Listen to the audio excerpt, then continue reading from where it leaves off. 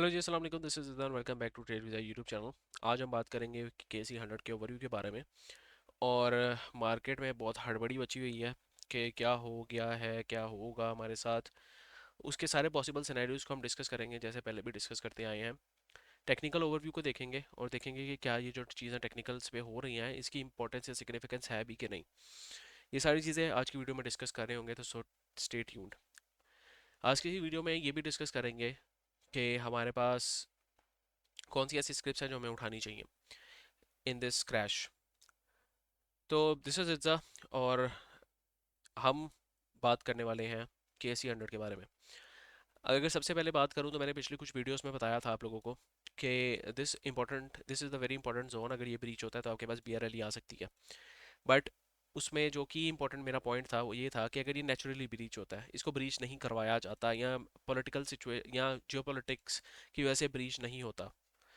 अगर हम देखें तो जब तक जियोपॉलिटिकल टेंशन्स चल रही थी और आयतुल्ला खामेनी को शहीद नहीं किया गया था, तब तक मार्केट्स हमारे जो है अकॉर्डिंगली ही परफॉर्म कर रही थी। और हमारा जो जोन मार्क किया हुआ था हमने, वहीं से ऊपर उसने बाउंस भी देना स्टार्ट कर दिया था, और 5-6 हज़ार पॉइंट्स का उसने बाउंस भी दिया था।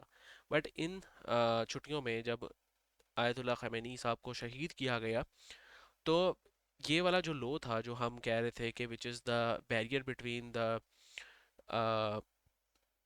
Bull rally and bear rally, ये लो ब्रीच हो चुका है। और मार्केट्स तकरीबन अपने हाई से तकरीबन 40,000 पॉइंट्स गिर चुकी है, विच इज़ 20%। अगर यही बात अगर हम पीछे देखें तो यही सिचुएशन हमारे पास पहले भी हुई थी, जो एक बियर रैली का सबब बनी थी। ये जो लो टूटा था, this was the responsible for bear rally. इसके बाद एक बियर रैली आई। बट क्या ये हमें कंसिडर करनी चाहिए कि नहीं करनी चाहिए? अकॉर्डिंग टू टेक्निकल्स ये चीज़ हमें कंसिडर नहीं करनी चाहिए। क्यों? क्योंकि टेक्निकल्स इंडिपेंडेंट परफॉर्म करना चाहिए। अगर ये टेक्निकल्स किसी पॉलिटिकल सिचुएशन या जियो पोलिटिकल, खासकर पाकिस्तान के अंदर की सिचुएशन नहीं, जियो पोलिटिकल सिचुएशन की वजह से ये चीज़ हुई है, तो ये मोस्ट प्रोबेबली एक तरह से पैनिक है। और ये पैनिक क्रिएट किया गया है फ्यूचर की पोजीशंस को एग्जिट करने के लिए। और जितने जो लोग भी लॉन्ग पे खोल के बैठे हुए थे पोजीशंस को, उनको एग्जिट करने के लिए, एंड सो फोर्थ। इस बात का जो सबूत है वो वॉल्यूम्स भी देते हैं कि वॉल्यूम्स कम होते जा रहे हैं जब तक मार्केट नीचे आ रही है। इसका मतलब लोग नहीं, ना बेच रहे हैं ना खरीद रहे हैं। वो लोग इंटरेस्टेड नहीं है। वो कहेंगे जब मार्केट रैली करना स्टार्ट होगी तो हम खरीदेंगे। और जब मार्केट रैली कर रही थी तो वॉल्यूम्स अच्छे लग रहे थे। इसी तरह जब पिछले करेक्शन में देखें तो वॉल्यूम्स कम लग रहे थे। तो जब कम वॉल्यूम्स लग रहे होते हैं ना, बुल रैली और एक रिट्रेसमेंट आ रही होती है और वॉल्यूम्स कम लग रहे होते हैं, तो it is actually a good sign for markets. चलें, ये तो हमने बात कर ली। अब RSI की बात करते हैं कि RSI भी हमें सपोर्ट देता है यहाँ से। देखिए, RSI वीकली टाइम फ्रेम पे RSI 30 के रीजन में पहुंच चुका है। वीकली टाइम फ्रेम पे RSI के 30 रीजन पे पहुंचना है की सिग्निफिकेंस बहुत होती है। अगर ये पॉलिटिकल सिचुएशन ना होती, मतलब कि जो ईरान के आयतुल्ला खामेनी को शहीद किया गया, ये ना होता, तो आपका, आप देखते हैं कि आपका जो KC है वो यहीं से उठ जाता एट अगर आप ये देखें इस दिन मैंने उस दिन भी बताया था कि यही एक जो इम्पोर्टेंट सपोर्ट है RSI में, वो आपका काम करती है। और it is the barrier between the bear and bullish rally. जब बियर रैली आती है तो आपका RSI इसके नीचे नीचे होता है, जब बुलिश रैली आती है तो RSI इस रेंज के ऊपर ऊपर होता है। सो मेरे ख्याल से हमें ये वाली सिचुएशन को, एक जो एक दिन में हुई है, इसको नहीं कंसिडर करना चाहिए अपने टेक्निकल्स में। सो इग्नोरिंग दिस डे, हमारे पास अभी भी हमारा ये जो सेटअप है वो इंटैक्ट है। अब सेम सिचुएशन हमारे पास हुई थी इधर, जहाँ पर यहाँ पर पाकिस्तान और कश्मीर का मसला हुआ था। तो अगर हम देखें पाकिस्तान के कश्मीर के मसले में जो हमें सिचुएशन देखने को मिली थी, तो मार्केट दोबारा गैप डाउन ओपन हुई थी। और मार्केट ने एक ही दिन में तकरीबन तकरीबन 6-7 हज़ार पॉइंट्स निकाल दिए थे। और ऊपर से नीचे गिरी थी, तो ये हॉल्ट भी हो गई थी मार्केट एक दिन के लिए। तो आज भी देखा है हमने तो कि मार्केट हॉल्ट हो गई थी। तकरीबन 10,000 पॉइंट्स इसने मार्केट ने निकाले थे। सो उसके बाद हमने जैसे ही रिकवरी देखी, जैसे ही सिचुएशन थोड़ी बेहतर होना स्टार्ट हुई, एक गैप अप ओपन के साथ एक रिकवरी देखने को मिली। अब ये चीज़ मैं आपको प्रूफ भी कर सकता हूँ पीपीलीपी के थ्रू। बट उससे मैं पहले मैं कोई तीन कंडीशंस को डिस्कस करना चाहूँगा। देखें, ये तो चीज़ है टेक्निकली, ये चीज़ हम टेक्निकली, मैं इस चीज़ को नहीं मानता, बट फंडामेंटली कुछ चीज़ें हैं जिसको हमें भी मानना पड़ेगा, आपको भी मानना पड़ेगा। So Pakistan stock exchange is highly dependent on आपकी पाकिस्तान के अंदर जो सिचुएशंस चल रही हैं, जो मिलिट्री अगर इन्वेजन कोई होती है पाकिस्तान स्टॉक एक्सचेंज के लिए, वो डाउन, ओबियसली वो डाउन जाएगी। मिलिट्री इन्वेजन से मुराद ये है कि एक दूसरे मुल्क की कोई भी आर्मी पाकिस्तान में घुसने की कोशिश करती है, which seems quite impossible right now, but हमें ये अपने फैक्टर्स में इंक्लूड करना चाहिए। तो मिलिट्री इन्वेजन अगर होती है तो पाकिस्तान पीएसएक्स मजीद डाउन जाएगी, नंबर फर्स्ट पॉइंट। अगर तो इन्फ्लेशन ज़्यादा हो जाती है तो पीएसएक्स डाउन जा सकती है, और अगर इन्फ्लेशन स्टेबल रहती है तो पीएसएक्स दोबारा यहीं से रैली करती है, आपको दिखेगी। अब हायर इन्फ्लेशन और स्टेबल इन्फ्लेशन की मैं बात क्यों करता हूँ, because inflation is the only की मैक्रो इकोनॉमिक फैक्टर जो कि आपका मार्केट्स को चलाता है। अगर हम इस अटैक की बात करें जो ईरान पे हुआ था, और उसके बाद जो भी सिचुएशन हुई थी, तो ईरान ने, यू कैन क्लियरली सी, जो कि न्यूज़ में भी आ रहा था, कि स्टेट ऑफ हॉर्मूज को बंद कर दिया था। अब स्टेट ऑफ हॉर्मूज क्या होता है? State of Hormuz is a pathway between Oman and Iran, जिसके थ्रू आपका सारे ये जो गल्फ कंट्रीज़ हैं, इनका ऑयल यहाँ से जो है जाता है, यहाँ से ट्रेवल करता है। अब ये जो बे है, ये छोटी सी जो आपको बे नज़र आ रही है, ये छोटा सा एरिया नज़र आ रहा है, इसको इसने बंद कर दिया। इसका मतलब ये है कि there is no more incoming and outgoing transportation of oil इस बे के थ्रू। और ये बे की इंपॉर्टेंस इतनी है कि 20% ऑफ द ऑयल, जो कि दुनिया में 20% ऑफ द ऑयल है ट्रांसपोर्ट होता है, वो इस बे के थ्रू होता है। तो ये इसकी इंपॉर्टेंस है, जो कि ईरान ने बंद कर दिया। तो ऑब्वियसली जब ईरान ने ये चीज़ बंद कर दी है तो ऑयल की 20% ग्लोबल ऑयल की जो सप्लाई है वो इफ़ेक्ट हुई है। और अगर सप्लाई कम हो गई और डिमांड बढ़ गई है तो इसका मतलब ऑयल की प्राइसेस शूट कर गई हैं। और ऑयल की प्राइसेस हमें लास्ट अगर 2 वीक 3 वीक से भी देखें तो तकरीबन तकरीबन 23% ऊपर देखने को मिल रही है, और अभी ऑयल की प्राइसेस तकरीबन $70 पर बैरल पे चल रही हैं।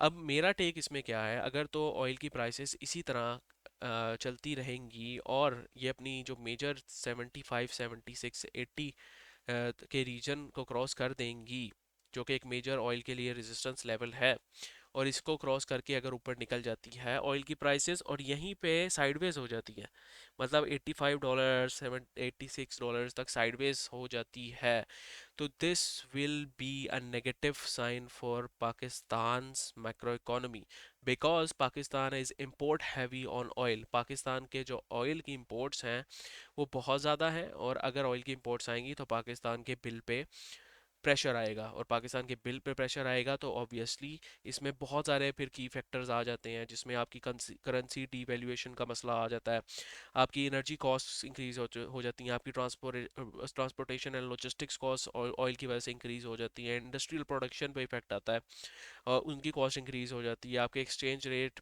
पे प्रेशर आता है, और ये इस तरह की बहुत सारी चीज़ें हैं जो होती हैं, जिसकी वजह से आपके इंटरेस्ट रेट्स को बढ़ाना पड़ता है। और जब इंटरेस्ट रेट्स बढ़ते हैं तो आपकी अगेन इन्फ्लेशन, इंटरेस्ट रेट्स बढ़ते हैं तो आपकी इन्फ्लेशन ज़्यादा हो जाती है। सो इन्फ्लेशन ज़्यादा होने के दरमियान जो बैरियर है वो ऑयल है, और ऑयल अगर 74 से $76 से ऊपर ट्रेड होना स्टार्ट हो जाता है एक लंबे अरसे के लिए, तो पाकिस्तान के लिए ख़तरे वाली बात होगी। अब लेट्स से कि ये नहीं होता, ऑयल यहीं पे दोबारा टकरा टकरू के नीचे $66 पे दोबारा आ जाता है, तो this will be good for PSX, और पाकिस्तान दोबारा एक स्टेबल इन्फ्लेशन में आ जाएगा, कि उसकी जो जितनी भी इन्फ्लेशन स्टेबिलिटी थी वो वैसे ही हो जाएगी। और ये इसी तरह के ऐसी यहाँ से दोबारा जो है मूव करना स्टार्ट हो जाएगा ऊपर की तरफ। ये एक लॉन्ग टर्म विजन है मेरा, ठीक है। अब शॉर्ट टर्म विजन और ओनली टेक्निकल्स की बात करते हैं। अब शॉर्ट टर्म विजन और ओनली टेक्निकल्स की अगर बात करें तो क्या केसी को यहाँ से एक पंप देना चाहिए? आरएसआई को देखें तो आरएसआई में यहाँ पे आपको एक पंप मिल सकता है।